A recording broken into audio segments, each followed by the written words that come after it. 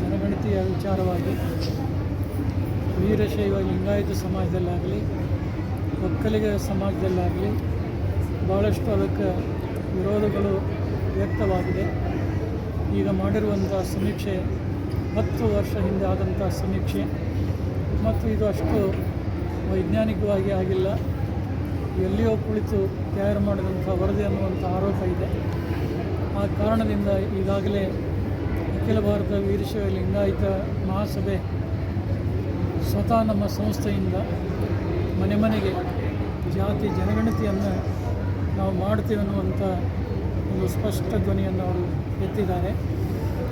ಮತ್ತು ವೀರಶೈವ ಲಿಂಗಾಯತ ಸಮಾಜದಲ್ಲಿ ನೂರಾರು ಒಳಪಂಗಡಗಳಿವೆ. ಆದರೆ ಆ ಒಳಪಂಗಡಗಳನ್ನು ವಿಂಗಡಿಸುವುದರ ಮೂಲಕ ಒಟ್ಟು ಸಮುದಾಯದ ಸಂಖ್ಯೆಯನ್ನು ಕಡಿತಗೊಳಿಸಲಾಗಿದೆ.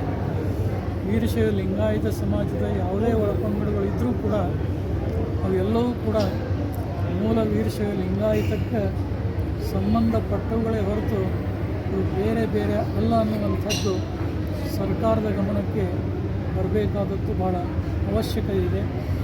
ಈ ನಿಟ್ಟಿನಲ್ಲಿ ಧರ್ಮಪೀಠಗಳಾಗಲಿ, ನಾಡಿನ ಮಠಾಧೀಶರಾಗಲಿ ಮತ್ತು ಸಮುದಾಯದ ಎಲ್ಲ ಭಕ್ತರಾಗಲಿ ಸಂದರ್ಭ ಬಂದಾಗ ಮನವರಿಕೆಯನ್ನು ಮಾಡಿಕೊಡುವಂಥ ಕಾರ್ಯ ಮಾಡ್ತೀವಿ. ಸಚಿವ ಸಂಪುಟದ ಸಭೆಯಲ್ಲಿ ಮತ್ತೊಮ್ಮೆ ಮೇ 11ನೇ ತಾರೀಕಿಗೆ ಚರ್ಚೆಗೆ ಅವಕಾಶ ಕಲ್ಪಿಸಿದ್ದಾರೆ. ಆ ಸಚಿವ ಸಂಪುಟ ತೆಗೆದುಕೊಳ್ಳುವಂಥ ನಿರ್ಧಾರದ ಮೇಲೆ ಮುಂದೆ ಮಹಾಸಭೆ ಆಗಲಿ ಧರ್ಮಪೀಠಗಳಾಗಲಿ ಅದಕ್ಕೇನು ಪ್ರತಿಕ್ರಿಯೆ ಕೊಡಬೇಕು ಅನ್ನೋದನ್ನು ಆ ಸಂದರ್ಭದಲ್ಲಿ ಸಮಯೋಚಿತವಾಗಿ ಕೊಡುವುದರ ಮೂಲಕ ಈ ಸಮಾಜದ ಎಲ್ಲ ವರ್ಗದ ಜನರಿಗೆ ನ್ಯಾಯವನ್ನು ಒದಗಿಸಿಕೊಡುವಂಥ ನಿಟ್ಟಿನಲ್ಲಿ ಬೆಂಬಲವಾಗಿ ಇರ್ತೇವೆ ಅನ್ನುವಂಥ ಒಂದು ಮಾತನ್ನು ಹೇಳಲಿಕ್ಕೆ ಮರೆಯೋದಿಲ್ಲ.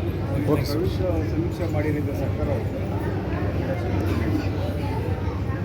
ವಕ್ತಾರರು ಬಿಡೋದು ಅವ್ರಿಗೆ ಬಿಟ್ಟಿದ್ದು, ಆದರೆ ಸಮೀಕ್ಷೆ ಆಗಬೇಕನ್ನುವಂಥದ್ದು ವೀರಶೈವ ಲಿಂಗಾಯತ ಸಮಾಜದ ಅಷ್ಟೇ ಅಲ್ಲ, ಒಕ್ಕಲಿಗ ಸಮಾಜದವರು ಕೂಡ ಇದೇ ಭಾವನೆ ಆಗಿದೆ.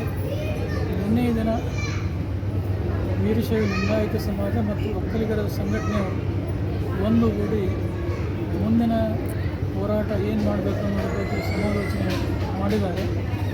ಆದರೆ ಸಚಿವ ಸಂಪುಟದ ನಿರ್ಧಾರ ತಿಳ್ಕೊಂಡು ಮುಂದಿನ ಕಾರ್ಯಯೋಜನೆಯನ್ನು ಮಾಡೋಣ ಏನಿದೆ ಅದನ್ನು ನಾವಾದರೂ ಕೂಡ ಸ್ವಾಗತ ಮಾಡ್ತೀವಿ. ಕೇಂದ್ರ ಸರ್ಕಾರ ಕೂಡ ಆದೇಶ ಹೊರಡಿಸಿದೆ, ಸಮೀಕ್ಷೆ ಮಾಡಬೇಕು ಅನ್ನೋದು ತಾವೇನು ಭಾರತದ ಸಂವಿಧಾನದಲ್ಲಿ ಯಾವ್ಯಾವ ಜಾತಿಗೆ ಎಷ್ಟೆಷ್ಟು ಮೀಸಲಾತಿ ಕೊಡಬೇಕು ಅನ್ನುವಂಥದ್ದು ನಿಖರ ಇದೆ. ಅದಕ್ಕೆ ಕೊಡೋದರಲ್ಲಿ ತಪ್ಪೇನೂ ಇಲ್ಲ. ಆದರೆ ಮುಂದುವರೆದಂಥ ಜಾತಿ ಜನಾಂಗದಲ್ಲಿಯೂ ಕೂಡ ಅತ್ಯಂತ ಕಡುಬಡವರಿದ್ದಾರೆ. ಜಾತಿಯ ಆಧಾರವಾಗಿಟ್ಟುಕೊಂಡು ಸರ್ಕಾರದ ಸವಲತ್ತುಗಳನ್ನು ಕೊಟ್ಟರೆ ನಿಜವಾದಂಥ ಬಡವರಿಗೆ ಅನ್ಯಾಯ ಆಗ್ತಾಯಿದೆ.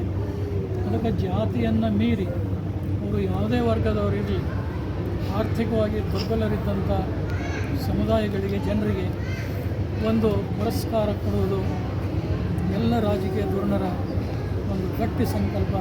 ಆದರೆ ಈ ಜಾತಿ ಸಂಘರ್ಷವನ್ನು ತಡೆಗಟ್ಟಲಿಕ್ಕೆ ಕಾರಣವಾಗ್ತಾಯಿದೆ.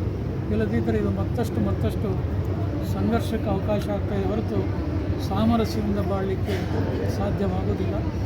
ಅದಕ್ಕೆ ರಾಜಕೀಯ ಎಲ್ಲ ಮುತ್ಸದ್ದಿಗಳು ಜಾತ್ಯತೀತವಾಗಿ ಪಕ್ಷಾತೀತವಾಗಿ ರಾಜ್ಯದ ಹಿತದೃಷ್ಟಿಯಿಂದ ದೇಶದ ಹಿತದೃಷ್ಟಿಯಿಂದ ಒಂದು ಯೋಗ್ಯ ನಿರ್ಣಯ ಕೈಗೊಳ್ಳಬಹುದು ಅನ್ನುವಂಥ ಒಂದು ಆಶಾದಾಯಕ ಭಾವನೆ ನಮಗಿದೆ.